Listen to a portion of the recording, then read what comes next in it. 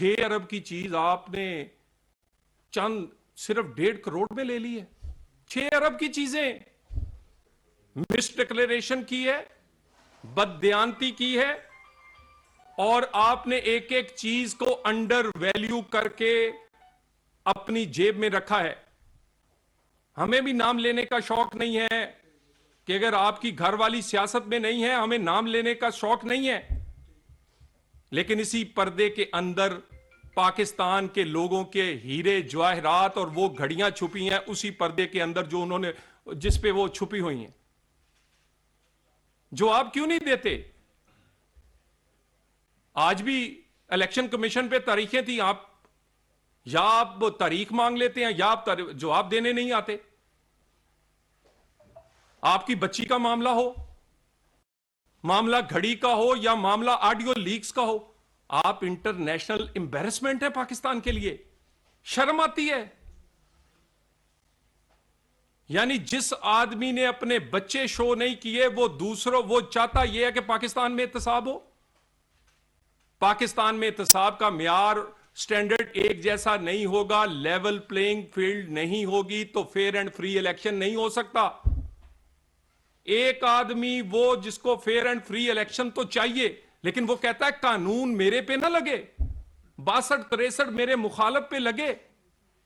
अपने बेटे से तनख्वाह ना लाने पर ना ताहयात नाअहल हो, मैं अपने बच्चों को मिस डिक्लेयर करूं, मैं तोशा खाना की करोड़ों अरबों की घड़ियां, ज्वेलरी, हीरे जवाहरात खा जाऊं, मेरे पे कोई इतलाक ना हो, मुझे ना पूछा जाए।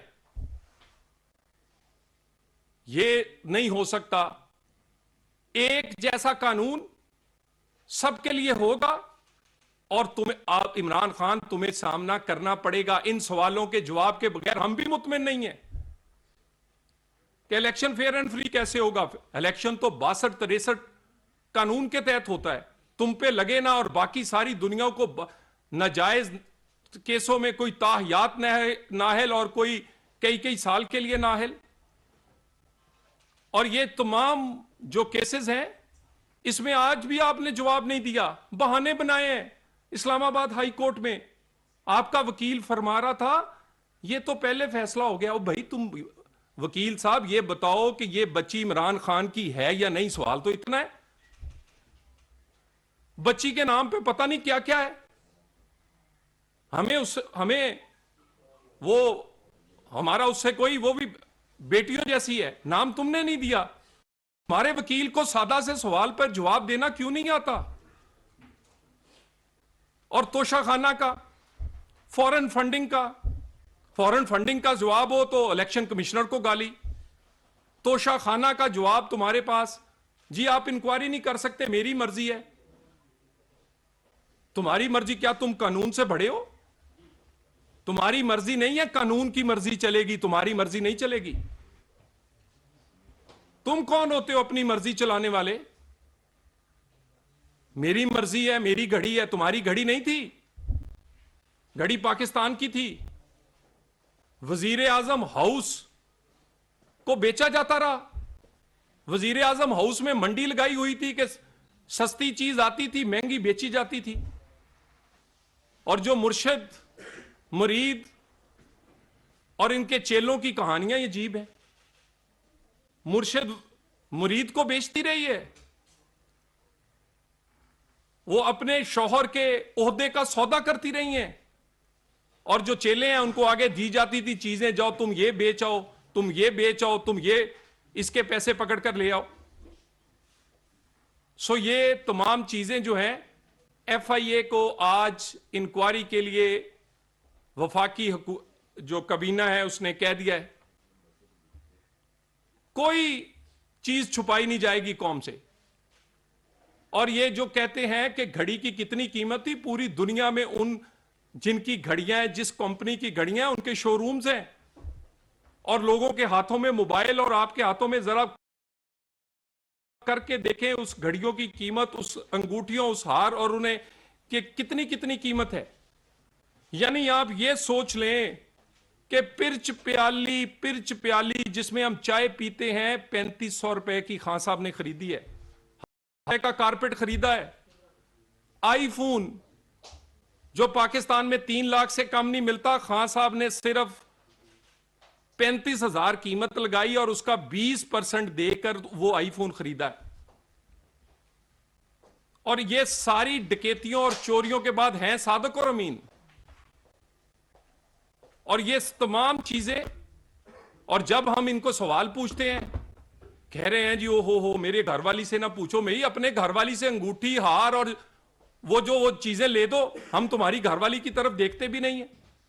नहीं तो कानून का हाथ तुम्हारे से होता हुआ तुम्हारे घर तक और तुम्हारी घरवाली तक जाएगा। यह मुमकिन नहीं है कि आप लोगों पर छोटे छोटे इल्जाम लगाकर अपनी सियासत करें और जब आप पर सही इल्जाम लगें तो उसका आप जवाब ना दें। सिर्फ पंजाब में जो कुछ हो रहा है, पंजाब में रोजाना दिहाड़ी लगाई जाती है। यानी परवेज अलाई साहब अपने बेटे क्राउन प्रिंस मोनस अलाई के साथ दिहाड़ियां कर रहे हैं और इमरान खान की मर्जी से कर रहे हैं। सिर्फ एक डील के अंदर, जो कि निजी हाउसिंग सोसाइटी के लिए ग्रीन लैंड को ब्राउन लैंड में सियालकोट, खारियां, फैसलाबाद और जेलम में तब्दील करने के लिए 4 बिलियन की डील हुई है। इमरान खान को पता है, हाउसिंग सोसाइटी का नाम भी सबको पता है। सिर्फ एक हाउसिंग सोसाइटी, निजी हाउसिंग सोसाइटी से डील, इस तरह की वारदातें आप डाल रहे हैं। और उसके बाद चोई परवेज अलाई साहब अगर चोई शुजात के नहीं बने तो वो खान साहब के बनेंगे। वो घर से भी गए हैं और वजारत आला से भी उन्हें हाथ धोना पड़ रहा है। वो बड़ा अच्छा था कि अपने घर में रहते, अपने बड़े चोई शुजात उनके साथ रहते, ओहदा भी होता और इज्जत भी होती। किसी किस्म का वहां एडवेंचर नहीं होने देंगे। आपने असेंबली तोड़नी है, पहले एतमाद का वोट लें। जिस वजीर आला के पास एतमाद ही नहीं है वो असेंबली कैसे तोड़ सकता है? पहले एतमाद के वोट पर 186 अरकान दिखा दें कौम को, अगले मिनट पर तोड़ दें। और यह आपकी भूल है। हमने तो मुशर्रफ की आमरीयत में भी लड़ा है और हम तुम्हारी आमरीयत से भी लड़ते रहे। इलेक्शन से ना दौड़ रहे हैं। इलेक्शन पाकिस्तान और पाकिस्तान की मईशत इस वक्त बर्दाश्त नहीं कर सकती। हमें शौक नहीं है। हमने तुम्हारा मुकाबला तुम्हारी हुकूमत के होते हुए और तुम्हें एक नहीं, दो नहीं, कई दर्जन लगातार इलेक्शन हराते रहे। बिल्कुल मुकाबला करेंगे इलेक्शंस में। जो हम मार्शल लॉ से नहीं डरे, हम इलेक्शन से डरते हैं? नहीं, ऐसी बात नहीं। लेकिन इलेक्शन के लिए पाकिस्तान में माहौल होना चाहिए। फेयर एंड फ्री इलेक्शन के लिए कानून का इतलाक तमाम पार्टियों पे और उनके सरबराहों पे एक जैसा होना चाहिए। नवाज शरीफ बेटे से तनख्वाह ना लेने पे नाहिल और तुम बेटी ना जाहिर करो और सादिक और अमीन, यह कानून पाकिस्तान में ऐसे नहीं चल सकता। एक जैसा इंसाफ का तराजू जो है वो सबके लिए होना चाहिए। फेयर एंड फ्री इलेक्शन के लिए माहौल, और उससे पहले पाकिस्तान की मईशत में इतनी सख्त होनी चाहिए कि वो किसी इंटरिम गवर्नमेंट या इलेक्शन को बर्दाश्त कर सके। हमने अपना सियासी नुकसान किया है, बेशुमार किया है, सिर्फ इस पाकिस्तान की खातिर। एक साइड पर आसान रास्ता था कि हम जिस दिन इक्तदार में आए थे इलेक्शन में चले जाते और इलेक्शन जीतकर 5 साल की हुकूमत बनाते, लेकिन दूसरे रास्ते पर अकेला पाकिस्तान और गरीब की रोटी और गरीब का चूल्हा था। खुदा की कसम अपने इक्तदार के लिए नहीं, इस गरीब के चूल्हे और पाकिस्तान की मईशत को बचाने के लिए इस इक्तदार को ये चंद महीने इक्तदार लिया है, अपना सियासी नुकसान किया है।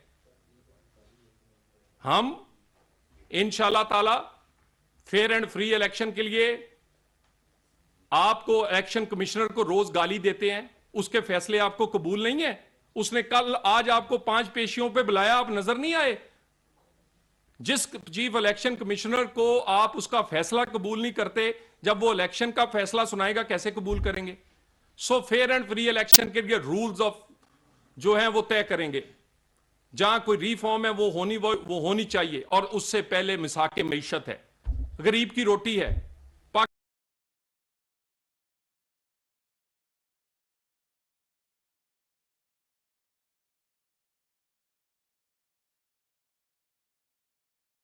तोशा खाना का जवाब देना पड़ेगा, बच्ची वाले केस का जवाब देना पड़ेगा, साइफर का जवाब देना पड़ेगा, फॉरेन फंडिंग का हिसाब देना पड़ेगा।